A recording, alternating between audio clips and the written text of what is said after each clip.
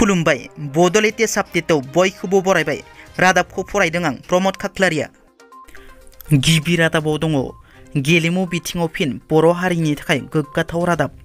International वुसु गेलेगिरि बर'नि फिसा सानमा ब्रह्मआ भारतनि जानानै वुसु गेलेहैगोन।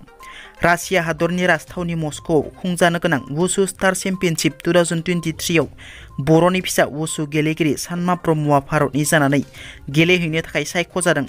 सानमा ब्रह्मजों लोगोसे गुबुन सासे आसामनि वुसु गेलेगिरि निंसि बरफुकनाबो भारतनि जानानै गेलेहैनो थाखाय सायख'जादों। गुवाहाटीयाव सिबिआइआ कोटि रां बोखांदों। गुवाहाटीयाव बारग' CMDनिफ्राय आयेन बेरेखा 20 कोटि नोगोद रां बोखांनो मोन्दों।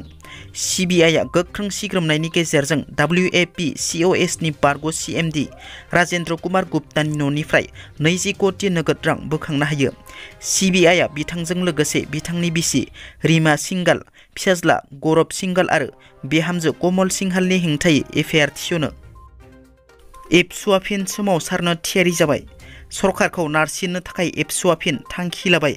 बिटिआर गोरोबथानि दफाफोरा माखासे मावफुंजाबायब्लाबो माखासे दफाफोरा दासिमबो मावफुंजायाखै। बिनि गेजेराव बिटिआर गोरोबथानि मोनसे दफा BKWACनि सिमाखौ थि खालामनाय बियाबखौ दाफुंनाया दिनैसिमबो मावफुंजायाखै। बेखौनो ABSUआ BKWACनि सिमाखौ थि खालामना बियाब दाफुंनानै थाबैनो बिसायख'थि खुंनाय बायदि दाबिखौ लानानै फैगौ 8 मेआव आसामनि गासै जिल्लानि गाहाय मावख'आव फुंबिलिनि 11 रिंगानिफ्राय बेलासिनि 2 रिंगासिम 3 घन्टा खुद्रिसारनाय हाबाफारि लानाय जादों। बिटिआरआव फिन हाथियार बोखांदों। उदालगुरि जिल्लानि माजबाद पुलिस थानानि सिङाव थानाय लालपानि आउटपस्टनि बेन्दोङाव थानाय सिखारि दाङानिफ्राय उदालगुरि पुलिस बिफाना संदाननानै आयेन बेरेखा गोबां हाथियार बोखांनो हायो। दिनै फुंनि 3 रिंगासो समाव उदालगुरि जिल्लानि एडिशनेल SP ज्योति प्रसाद पेगुनि दैदेननाय आरो सिनियर अफिसारनि हेफाजाबाव हरनि 2 रिंगानिफ्राय स्रुत सुलुंनिफ्राय मोननाय खौरांखौ बिथा खालामनानै सिखारि दाङा होननाय जायगायाव संदाननाय जादोंमोन आरो बे संदाननायाव बे हाथियारफोरखौ बोखांनो हायो। पुलिसा बोखांनो मोननाय हाथियारफोरनि गेजेराव AK-47, AK-56 राइफल पिस्तल, गोथां गुलिजों लोगोसे मेगजिनफोरबो बोखांनो हायो। नाथाय बे हाथियारफोरखौ सोर हान्जानि बेनि बागै दासिमबो मिथिनो मोननाय जायाखै। क'क्राझारनि ग्रिनफिल्डआव UPPL दोलोनि सुबुं गौमा आरो गोजोननि थाखाय हानजा सुरनाय हाबाफारि। दिनैनि बे हाबाफारियाव बिटिआरनि गाहाय प्रमद बर', MLA लरेन्स इस्लारि, मन्त्रि UG ब्रह्मजों लोगोसे गोबां UPPLनि दैदेनगिरिफोरा बाहागो लायो।